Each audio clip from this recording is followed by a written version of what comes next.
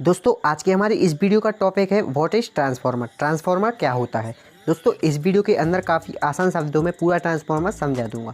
दोस्तों यहाँ तक मैं आपको 4 वर्ड के अंदर ट्रांसफार्मर को समझा दूंगा अच्छे से। तो दोस्तों यह वीडियो काफ़ी हेल्पफुल होने वाली है, बहुत ही ज़्यादा इंपॉर्टेंट होने वाली है, क्योंकि दोस्तों ट्रांसफार्मर क्या होता है इसके ऊपर इंटरव्यू में सबसे ज़्यादा क्वेश्चन पूछा जाता है। ट्रांसफार्मर क्या है, इसका एक लाइन में उत्तर क्या होगा, आज के हम इस वीडियो में जानेंगे। तो दोस्तों ट्रांसफार्मर काफ़ी सिंपल है समझना। दोस्तों आपने मोटर को तो देखा ही होगा, मोटर एक इलेक्ट्रिकल उपकरण है, इसी तरह ट्रांसफार्मर भी इलेक्ट्रिकल उपकरण है, लेकिन मोटर और ट्रांसफार्मर में कुछ अंतर है। हम इसको आसान शब्दों में समझ लेते हैं।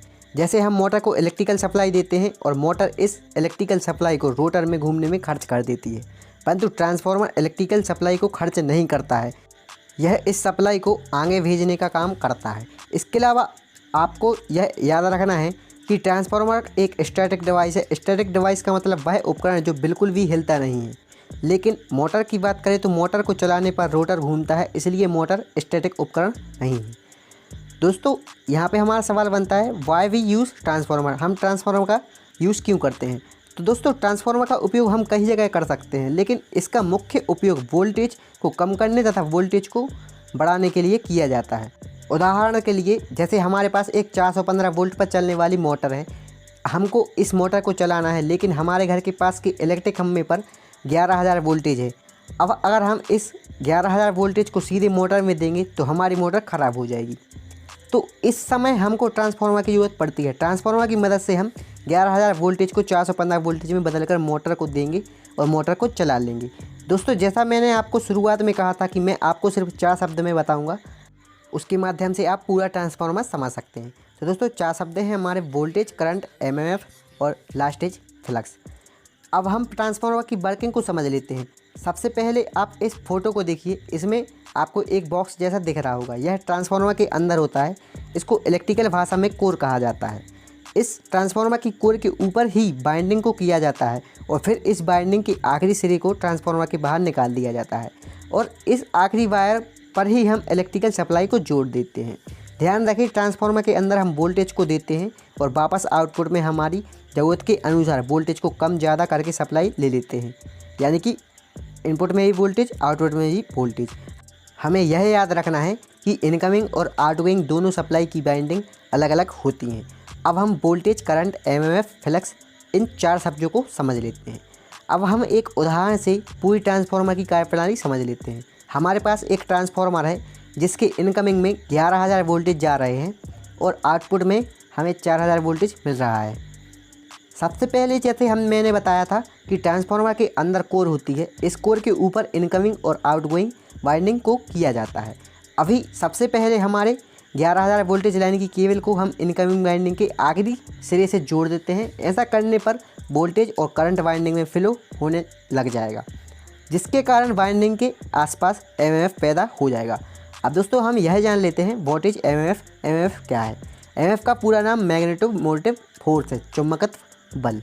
एमएमएफ का मतलब है, इसका मतलब काफ़ी आसान है कि कभी भी किसी वायर में से वोल्टेज और करंट के बहने पर इस वायर के आसपास मैग्नेटिक फील्ड बन जाता है। तो दोस्तों जब भी मोटर में मैग्नेटिक फील्ड प्रोड्यूस होती है तब हमारा रोटर घूमने लगता है, यानी कि बोले तो रोटर मैग्नेटिक फील्ड के कारण ही घूमता है। इसी तरह हमारा ट्रांसफार्मर भी मैग्नेटिक फील्ड के कारण ही वर्क करता है। आपको सिर्फ इतना याद रखना है कि किसी भी वायर के अंदर से अगर हम एसी सप्लाई देते हैं, वोल्टेज और करंट को फ्लो करा रहे हैं, तो उस वायर के आसपास मैग्नेटिक लाइन बन जाती है। अब दोस्तों दूसरे शब्द की ओर चलते हैं, जो कि हमारा दूसरा शब्द था फ्लक्स। अब हम यह जान लेते हैं what is electric flux. Flux क्या होता है। तो दोस्तों ट्रांसफार्मर में फ्लक्स और मैग्नेटिक फील्ड का आपस में संबंध होता है। जब हमारी किसी वायर या वाइंडिंग के आसपास मैग्नेटिक फील्ड बन जाती है और उस मैग्नेटिक फील्ड के अंदर हम किसी वायर को लाते हैं, तो वह मैग्नेटिक फील्ड उस वायर से लिंक हो जाती है, मतलब जुड़ जाती है। इस प्रक्रिया को ही हम फ्लक्स कहते हैं। दोस्तों आपको स्क्रीन पर डायग्राम शो हो रहा होगा। ट्रांसफार्मर के अंदर मैग्नेटिक लाइन कोर से लिंक हो जाता है, इसे ही हम ट्रांसफार्मर के अंदर फ्लक्स कहते हैं। हमको अब यह चारों शब्द आसानी से समझ में आ गए होंगे। अब हम ट्रांसफार्मर की कार्यप्रणाली को आराम से समझ लेते हैं। दोस्तों सबसे पहले ट्रांसफार्मर की इनकमिंग वायर को हम कोर की पहली वाइंडिंग से जोड़ देते हैं। ऐसा करने से वाइंडिंग के आसपास मैग्नेटिक लाइन उत्पन्न हो जाती है। दोस्तों आपको इसका भी डायग्राम दिख रहा होगा। यह मैग्नेटिक लाइन कोर से लिंक हो जाती है और कोर से लिंक होने के बाद यह कोर के अंदर एक जगह से दूसरी जगह बहने लग जाती है और जो हमारी अंदर वाली आखिरी कोर में मैग्नेटिक फ्लक्स अवेलेबल होता है वो हमारी आउटगोइंग वाइंडिंग से लिंक हो जाता है और हमको आउटपुट में सप्लाई मिल जाती है। दोस्तों एक और क्वेश्चन है जो कि ट्रांसफार्मर से रिलेटेड है और बहुत ही ज़्यादा इंटरेस्टिंग है और इसके अलावा दोस्तों इंटरव्यू में यह भी क्वेश्चन बार बार पूछा जाता है।